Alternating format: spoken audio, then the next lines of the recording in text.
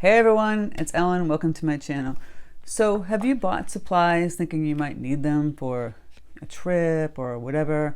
I'm getting ready for my trip to France for my watercolor retreat, and I bought several things to take with me, and one of them was to try these travel brushes. Now, I've been curious about travel brushes. I see some artists that I like use travel brushes, but the ones they bought were pretty expensive, so I thought I'd try these ones that I bought on Amazon. They're by Fumi, whatever.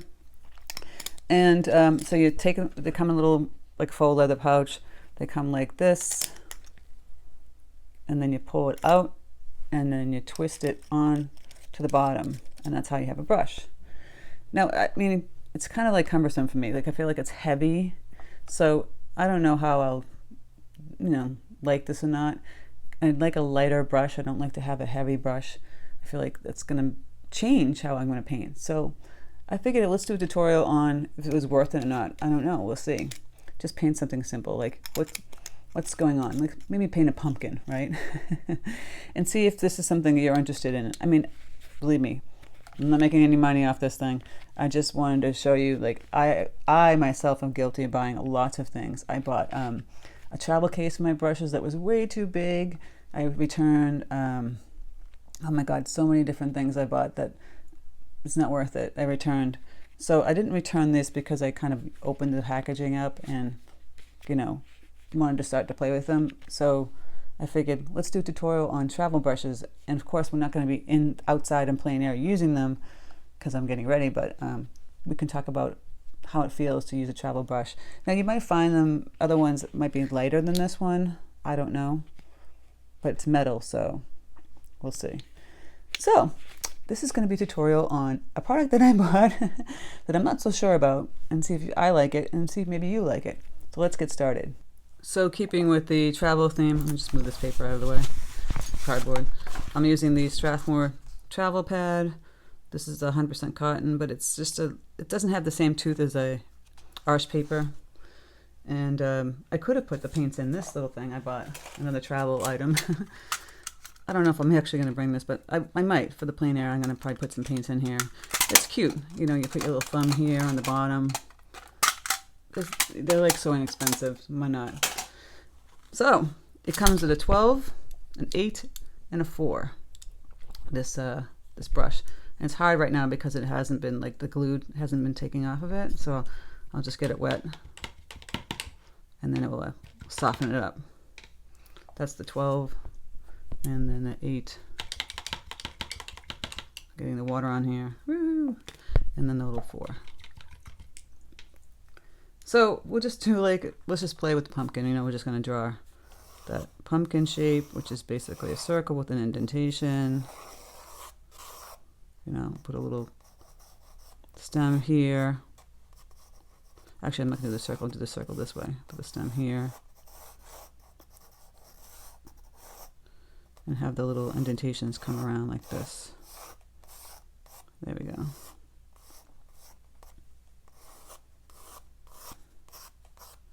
Just a simple pumpkin. So circular.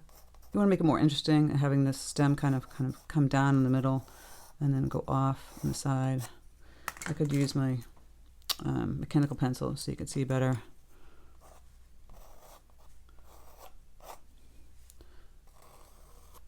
It's funny, I when I travel with paints or something like that, I actually overpack things. Because I always think I'm going to use everything, and I hardly use everything. And I'm sure I'll do the same thing again. There, simple pumpkin, right?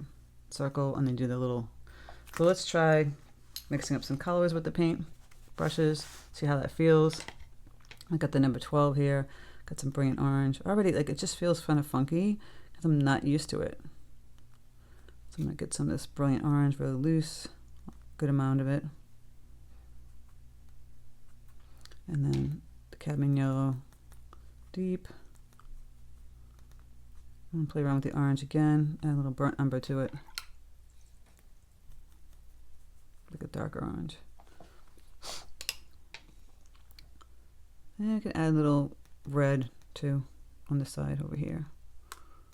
So let's see. Let's see how this works. Of course, I'm using that typical paper that I would normally use too. because you're traveling, right? Not bad. I'm getting used to it. I was on the fence about this. I didn't like the weight of it, but maybe it's not so bad. Everything's kind of like you got to get used to it. Smooth. The tip, is okay. It's not so bad either. But the heaviness definitely feels like I'm not struggling. It's just heavy. I don't like a heavy brush.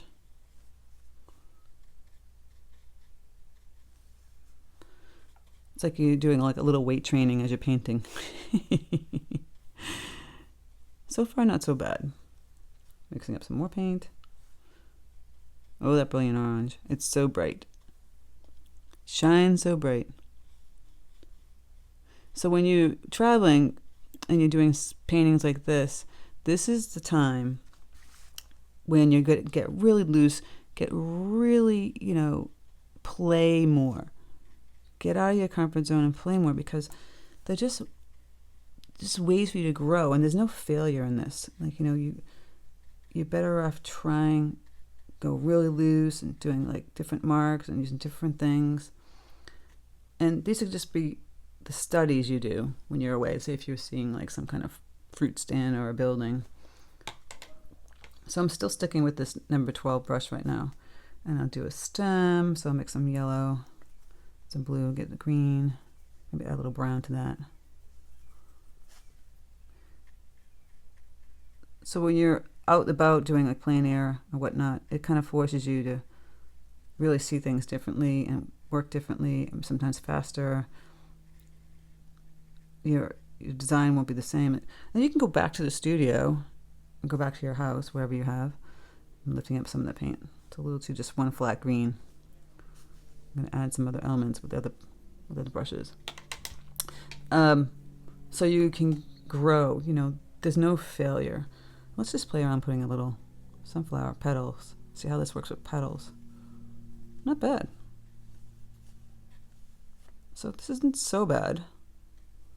Just the problem for me, I think, is just the handle. And the quality of this sable is not great. It's not real sable, of course, because if it was real sable Kolinsky type brush, they claim it's a Kolinsky brush. No, because this brush alone, if it was Kolinsky, would cost hundreds of dollars. So no, they're lying, and that's just false. So don't believe that. There's no way you're getting a Kolinsky brush cheap. Not happening. So I'm just going to put some simple petals and see how it works. It's not bad. It's not the greatest, but like again, if you're just traveling and you don't want to bring your nice brushes, if you have a Kolinsky brush and you don't want to travel and lose them because they cost a fortune, not bad alternatives. I'm going to switch to the 8. Let's see what we got with the 8. Make some stems.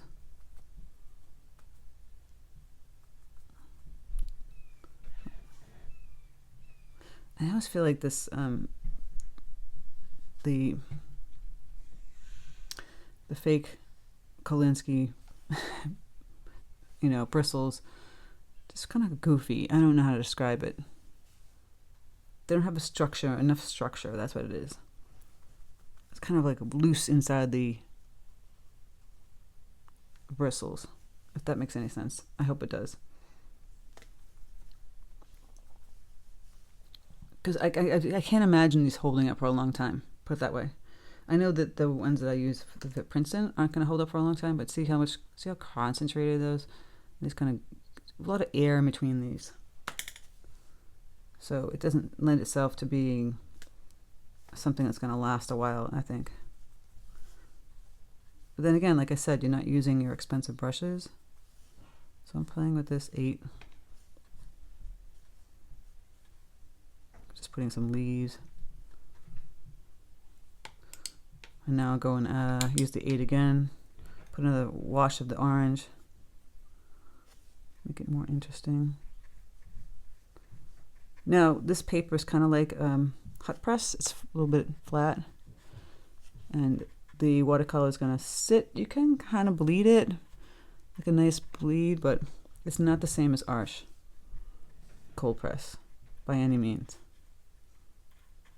But those are the papers you use for that kind of look. I talk about this all the time. It's good to practice with a bunch of different papers. I'm going to grab some yellow. I'm going to get some red in here, make this a little bit darker. And darker on the bottom.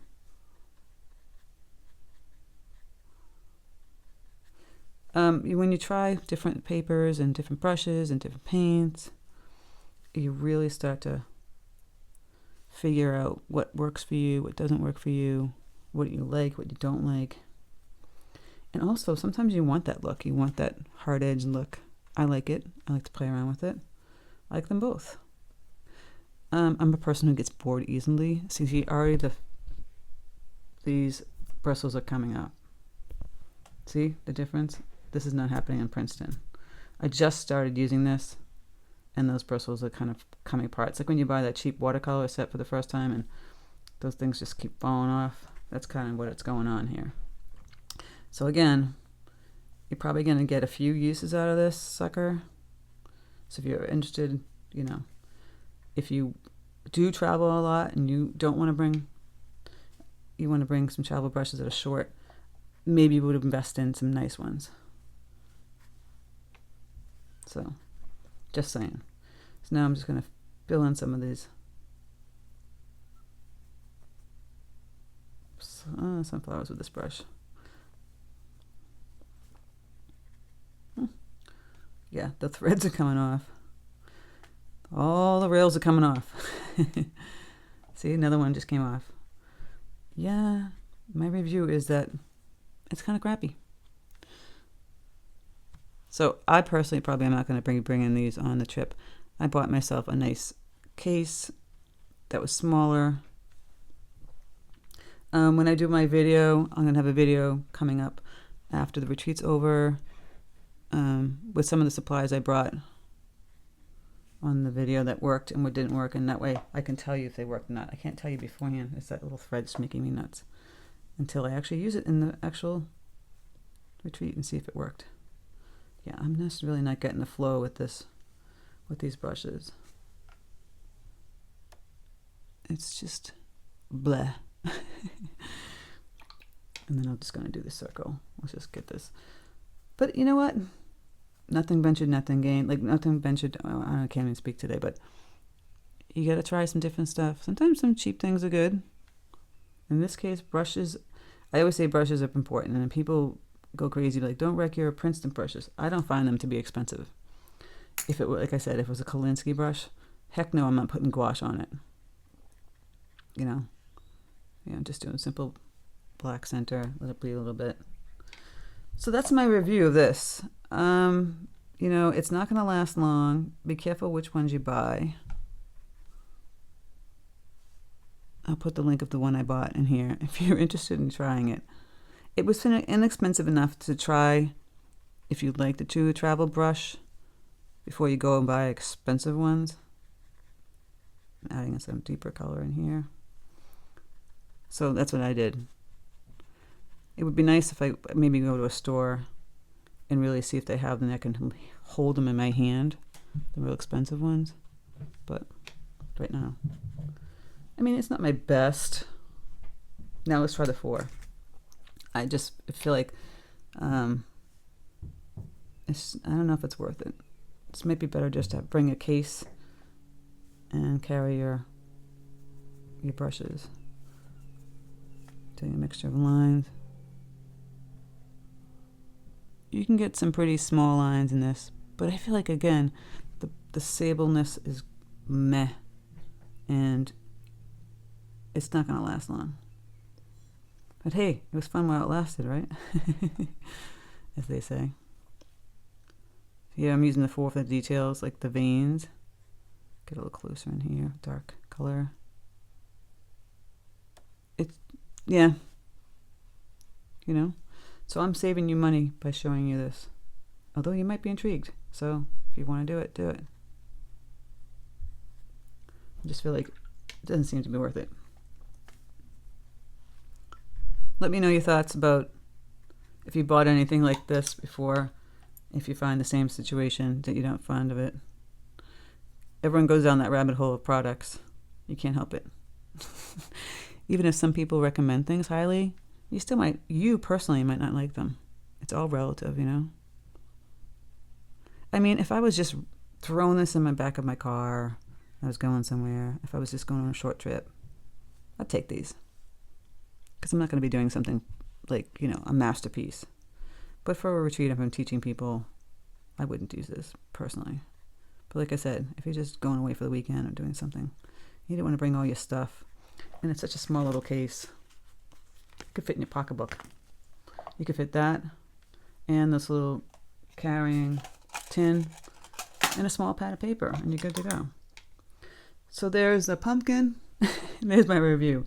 My review is meh, but worth it maybe if you're just going to do like some kind of small little weekend, like I said, weekend away, and you don't want to bring all your stuff and you want to fit it all in a small bag, then it's worth it. You just going to do some like studies, because basically that's what I'm doing. It's a study. When you're out in plein air, you're studying.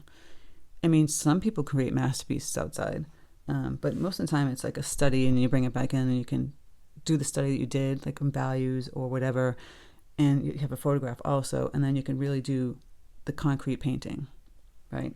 You get the feel in the study, and then you go back to the studio and create the painting. All right, guys, I hope this was helpful, at least if not fun, just to see what I went through. All right, take care, and leave a comment below what your thoughts are, and I'll speak to you soon. Bye.